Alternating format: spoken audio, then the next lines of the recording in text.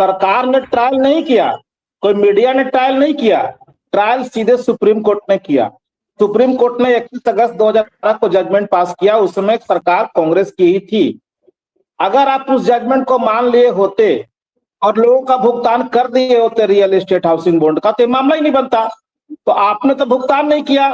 एक कहने के लिए ना बीजेपी गया था ना कांग्रेस गया था, ये तो सहारा खुद अपने मर्जी से किया कि उस ऑर्डर को नहीं मान करके सारे लोगों को क्यूसोप में ले गया, उसके बाद में सोसाइटी में ले गया। तो आप दोष दे रहे हैं सोनिया गांधी का, दोष दे रहे हैं उसका। आप एक कहिए ना कि सुप्रीम कोर्ट ने जो आदेश दिया उसका पालन नहीं किए। सुप्रीम कोर्ट में यह मामला करीब करीब 3 साल चला है। 3 साल का ट्रायल के बाद ये जजमेंट आया था। तो सब गलत है, सरकार गलत, सेबी गलत, सुप्रीम कोर्ट गलत, पूरा दुनिया जहान गलत। और हम सुप्रीम कोर्ट के दिए हुए जजमेंट पर उंगली उठाने वाले हम और आप कौन होते हुए? हमको तो उसको पालन करना है। अगर वो जजमेंट आ गया था, सहारा उसका पालन कर लिया होता तो ये मामला ही नहीं बनता। ना आज क्यों भाई हम लोग चर्चा कर ले होते, ना कुछ किए होते, सहारा आज बम बम और चलता रहता। केवल ऑर्डर का पालन नहीं करने से जहां मामला था वहीं आज भी लटका हुआ है। और आज भी सहारा के पास रास्ता है, ऐसा नहीं कि रास्ता नहीं है। सहारा खुद जाकर के अपनी गलतियों, सहारा को फंसाया गया। कैसे फंसाया गया? एक चीज सर जानना है। एक उदाहरण देता हूं, 1 मिनट रुकिए। अगर मान लीजिए कि सरकार ने कहा कि पैसा लौटाइए, इसीलिए मैंने आपको, सरकार ने नहीं कहा, फिर गलत ट्रैक पर जा रहे हैं सर। सरकार ने कभी नहीं कहा कि पैसा लौटाइए। सुप्रीम कोर्ट ने कहा कि पैसा लौटाइए, सेबी ने कहा कि पैसा लौटाइए, सोनिया गांधी ने नहीं कहा था। मैं वही कह रहा हूं कि अदालत ने कहा कि पैसा लौटाइए। अब आप एक बिजनेसमैन हैं, वही तो मैं कह रहा था कि आपने मान लीजिए कि 2-4 लोगों से पैसे लिए कि मैं आपको 1 साल के बाद पैसा लौटाऊंगा, और आपने वो निवेश कर दिया। इस बीच में मान लीजिए केस हो गया और सुप्रीम कोर्ट ने कहा कि नागेंद्र जी आप पैसा लौटाइए। अब आपके पास मान लीजिए कि उस वक्त लिक्विड मनी नहीं है, तो आप क्या करेंगे? ये मैं कह रहा हूं कि क्या इस दृष्टि को देखा गया, ध्यान में रखा गया? ये बात भी आई थी सुप्रीम कोर्ट में। इन लोगों ने कहा था कि एक साथ हम इतना नहीं पेमेंट कर पाएंगे। सुप्रीम कोर्ट ने उसको इंस्टॉलमेंट में भी कर दिया। पहला इंस्टॉलमेंट भी लोग जमा किए 5,120 करोड़ रुपया, और दूसरा इंस्टॉलमेंट देने के बाद इन लोगों ने हाथ खड़ा कर दिया। पूरा केस का स्टडी कीजिए ना, समझ में आ जाएगा। सुप्रीम कोर्ट तो ये लोग जो बोले हैं सब माना है। इतना लिबर्टी तो हमको लगता है आज तक इस देश में किसी भी कंपनी को सुप्रीम कोर्ट ने दिया ही नहीं जितना सहारा को दिया है, और जितना इनका पक्ष को सुना गया है। ये खुद ही बात है, कभी खड़ा ही नहीं होते। अभी बताइए, अभी करंट की बात छोड़ दीजिए, पीछे की बात को हटा देते हैं। अभी 5 सितंबर को जो लास्ट सुनवाई हुई, जिसमें इन्होंने खुद ही कहा कि साहब हम ज्वाइंट वेंचर करवा करके 56,000 करोड़ रुपया मेरा उसमें ज्वाइंट वेंचर में आता है, 1,000 करोड़ रुपया जमा करने वाली बात थी। अगर आपने जमा कर दिया, हम लोग को तो भी पता नहीं कुछ जमा किया कि नहीं किया, ज्वाइंट वेंचर हुआ कि नहीं हुआ।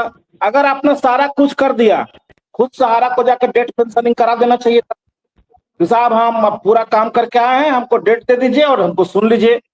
क्या 15-20 दिन में कोई हमको बता दे, या 5 सितंबर के बाद सहारा कभी डेट मांगने के लिए गया क्या? 12 साल में तो नहीं गया, इस बार भी क्यों नहीं जा रहा? जाना चाहिए ना। तो ये इंतजार है बैठा हुआ कि हमको सुप्रीम कोर्ट खुद से डेट दे दे। अब वो नहीं जाएगा तो हमको तो जाना पड़ेगा। ये जाकर के अपनी सुनवाई करवा लेता कि साहब हम 1,000 करोड़ जमा कर दिए, मेरा ज्वाइंट वेंचर भी हो गया, अब इसके आगे क्या करना है हमको बताइए। क्यों नहीं जा रहा? अब पीछे का छोड़ दीजिए, अभी सामने की बात करें हम लोग ना, कि जिससे लोगों का पैसा का भुगतान का रास्ता निकलेगा। 5 सितंबर से अभी हम लोग कब खड़े, कितना महीना हो गया? अभी हम लोग खड़े हैं सितंबर में। 1 महीने का 28 दिन का टाइम था, अक्टूबर में टाइम खत्म हो गया, नवंबर में खड़े हैं। तो इनको जाकर के मेंशनिंग क्यों नहीं करवा रहे हैं कि साहब हमने ज्वाइंट वेंचर भी कर दिया, 1,000 करोड़ भी जमा भी कर दिया, अब हमको जो जो राहत देना है सब दे दीजिए, जाए ना। आशुतोष सर, सेबी के पास तो बहुत सारे कंपनियों का पैसा गया। बोलना चाह रहे हैं सर, पीछे की बातों में केवल उलझ कर आ जाएंगे। अभी का बात कीजिए करंट का, जिससे लोगों का भुगतान का रास्ता निकले। अभी पीछे करंटी के सर बात क्योंकि उस दोनों को मिला करके ही आप रास्ता निकालेंगे। अमित को बोलने दीजिए। अमित जी बोलिए। तो अनंत आचार्य बोलिए। आनंद जी बोलिए। आनंद जी बोलिए, क्या बोल रहे हैं? आनंद जी बोलिए। हाँ, सारे साथियों को नमस्कार। अवधेश जी जो बता रहे थे कि सीआरसीएस का पोर्टल के बारे में जो डेफिशिएंसी आ रहा है, मैं उसमें बारे में खाली 2-4 शब्द बोलूंगा। देखिए, डेफिशिएंसी जो है ना, एकदम बकवास है। ये सब कुछ, इसका कुछ आधार नहीं है। क्योंकि जब हम लोग पोर्टल में अप्लाई किए थे तो उसमें जितने सारे डॉक्यूमेंट इन्होंने देने के लिए बोला था वो सारे हम दिए, और हम लोग इसमें एक चीज नहीं दिए थे, बैंक अकाउंट नंबर नहीं दिए थे। आधार के आधार पर उन्होंने अपना बैंक अकाउंट नंबर खींच के लिया। तो इसमें से ये जो डेफिशिएंसी है ये पूरा मतलब कोई किसी काम का नहीं, बेमतलब का ये सब कर रहे हैं। जैसे वो अपने स्पेलिंग बताए, हर स्टेट का प्रोनाउंसिएशन अलग होता है, तो उसी हिसाब से किसी में ए किसी में और कुछ लग जाता है। तो ये कोई मामला नहीं है बेमतलब का। वो और सारे हम लोग का बॉन्ड के ऊपर जितने सारे डॉक्यूमेंट उनको नंबर चाहिए सब है, सब है। मेंबरशिप नंबर हम नहीं दिए हैं, कंपनी दिया है। तो अगर किसी के पास दो मेंबरशिप, 3 मेंबरशिप, 5 मेंबरशिप जो भी हो, सारे डॉक्यूमेंट उसी के ऊपर है। ये क्लैरिफिकेशन उनसे लेना चाहिए, ना कि ये कस्टमर से, ये डिपॉजिटर से लेना है उनको कोई ये जरूरत है। इससे क्या होता है, देखिए जब मैंने एक बार आपके प्रोग्राम, एक मिनट, आपका फिर क्या कहना है, भुगतान हो कैसे? नहीं भुगतान तो भुगतान की बात में 20,000 करोड़ का लिक्विड है मनी और सरकार के पास है, तो भुगतान कैसे करे अविलंब, ये बताइए। नहीं पाठक जी, मैं सिर्फ इतना ही कह रहा हूँ, ये जो डेफिशिएंसी का मार जो हो रहा है ना, इसके चलते देखिए पहले हम लोग जितना पैसा, जितना पेमेंट नहीं हुआ है उससे ज्यादा पेमेंट, उससे ज्यादा लोगों ने अप्लाई करने में खर्चा किया है। अभी रीसबमिशन में उससे ज्यादा हो रहा है। तो मेरा कहने का मतलब है कि ये डेफिशिएंसी बेमतलब का चीज है, ये डेफिशिएंसी को बिल्कुल हटा देना चाहिए। डेफिशिएंसी एकदम गलत बात है, इससे कोई आधार नहीं है, डेफिशिएंसी का कुछ भी नहीं है। आशुतोष सर, मेरा मानना है, एक मिनट गणेश सर, एक मिनट, मेरा सर मानना है कि अगर भुगतान सारे जमाकर्ताओं को करना है तो जिला वाइज जो सेक्टर हैं सहारा के, उस सहारा के नाम से मत लीजिए। सरकार उस सेक्टर पे कब्जा करे, उस सेक्टर ब्रांच, हर जिला में एक सेक्टर ब्रांच जो है उस पे कब्जा करे, अपने अधिकारी को बैठाए, वहां अकाउंट में पैसा दे और जमाकर्ता को बुला के, ठीक है आपको 10,000 देना है या मान ली कि मूलधन ही देना है, वहां आप कार्यकर्ताओं को बोले कि भाई अपने जमाकर्ता को बुला के लाओ, चाहे जितने भी कार्यकर्ता हैं अपने जमाकर्ता को बुला के लाओ और उनका पेपर लीजिए। और एक अवधेश जी, ये जो एक्सरसाइज है, ये एक्सरसाइज तो पहले सरकार कबूल करेगी तब तो कि हाँ इस एक्सरसाइज में हम कामयाब हो जाएंगे। अब जितने सेक्टर हैं, या एक जिला को आप सेक्टर कहते हैं मुझे नहीं मालूम, इतना बड़ा मैन पावर भी तो चाहिए सरकार के पास, वो कैसे होगा? सरकार के पास कहां से लाएगी? जी नहीं वही बात मैं कह रहा हूँ, जो करेंगे इसमें पैसा लौटाने में। नहीं सर, जो पूरे सेक्टर में 2, 4, 5, 6 स्टाफ सेक्टर ब्रांच में रहते हैं, उनको आप तनख्वाह दीजिए, वहां की व्यवस्था आप देखिए, सहारा को साइड कीजिए, आप खुद व्यवस्था देखिए। आप 250 करोड़ रुपया खर्च कर दिए तो 100 करोड़ खर्च और कीजिए भाई। 250 करोड़ खर्चा किए ना भाई, पोर्टल बनाने में, जज साहब को देने में, या जिसमें भी खर्च हुआ है।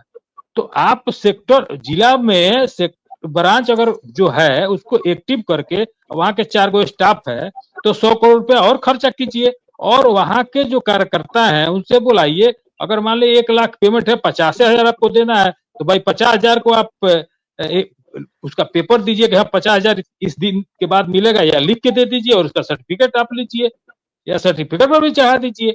अब सेबी को कहिए तो सेबी सर आज किसी कंपनी को पैसा नहीं दिया है। अब जितना भी कंपनी, जेबीजी हुआ, शारदा घोटाला हुआ, बहुत सारे घोटाला हुआ, पॉल्स हुआ, तो किसी का सेबी पैसा लौटाने नहीं गया है। सेबी सरकार का एक बैंक है जो पैसा रखता है और सरकार को देता है मजे करने की।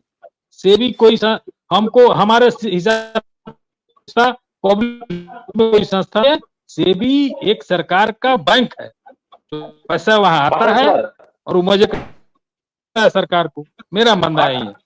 और दूसरी बात तो कह रहे थे कुशवाहा जी की संगठन में कितने लोग हैं। अब आप सर दिल्ली आप जाके आप बुलाइए कि संगठन में आइए, तो हम कैसे जा पाएंगे?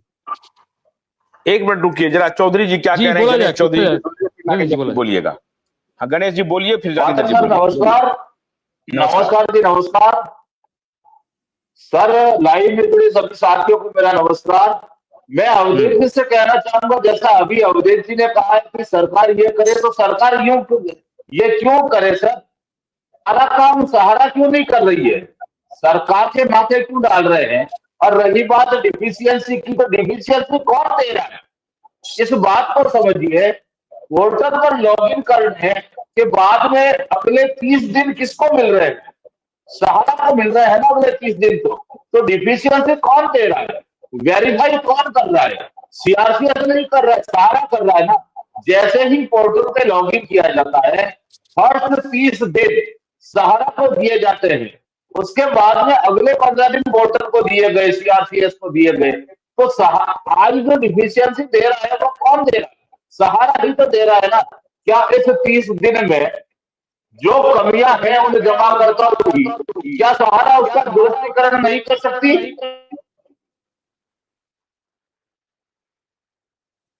नागेंद्र जी, ये जो अभी अवधेश जी ने कहा कि सेक्टर ऑफिस पर सरकार कब्जा करे, तो कब्जा कैसे करे, उसका तरीका क्या है? क्यों क्या कब्जा सहारा करे की भाई? सेक्टर ऑफिस जितना भी सेक्टर कार्यालय है वो सहारा इंडिया का अपना ऑफिस है क्या? वो ऑफिस तो आपका मकान मालिक का है। और किसी का ऑफिस कब्जा करने के पहले ये तो जानना होगा ना कि अगला का 3 साल का रेंट बकाया है। वो तो पहले बोलेगा रेंट दो, बिजली बिल दो। तो हम यही करने के लिए जाए? क्यों करना? जब पोर्टल पे क्लेम आइए गया है 86,000 करोड़ रुपया, उस पर अगर उतना पैसा का व्यवस्था कर दिया जाए, सहारा कॉलर पकड़ के कहा जाए कि तुम लिख के जितना भी डिफेंसेस आया सब तेरे कारण हुआ है, तुमको लिख के देना। और सहारा लिख करके चीज दे देता है कि जितना भी डिफेंसेस है उसके जिम्मेवार मैं हूँ, हमने सबका फॉर्म जमा करवाया था और हम लोड नहीं करा पाए, सबका मेंबरशिप हमने लिया था लेकिन हम लोड नहीं करा पाए, इसका जिम्मेदार मैं हूँ। वो लिख करके दे दे, उसी पोर्टल से भुगतान 2 दिन के अंदर सबके खाते में चले जाएगा, वहां पैसा है तो। ये तो 1 दिन में हो जाएगा। अमित शाह जिस दिन चाह लेंगे ना, जिस दिन चाह लेंगे उसके 3 दिन के अंदर पैसा मिल जाएगा सबका, बरसते कि वहां उतना फंड होना चाहिए। सहारा के 2-4 को मोटा मोटा संपत्ति को नीलाम करा दें, उतना फंड वहां डाल दे, देखिए पैसा कैसे मिलता है। अच्छा, तो नागेंद्र जी, मुझे एक बात समझ में नहीं आ रही है, 1 मिनट रुकिए।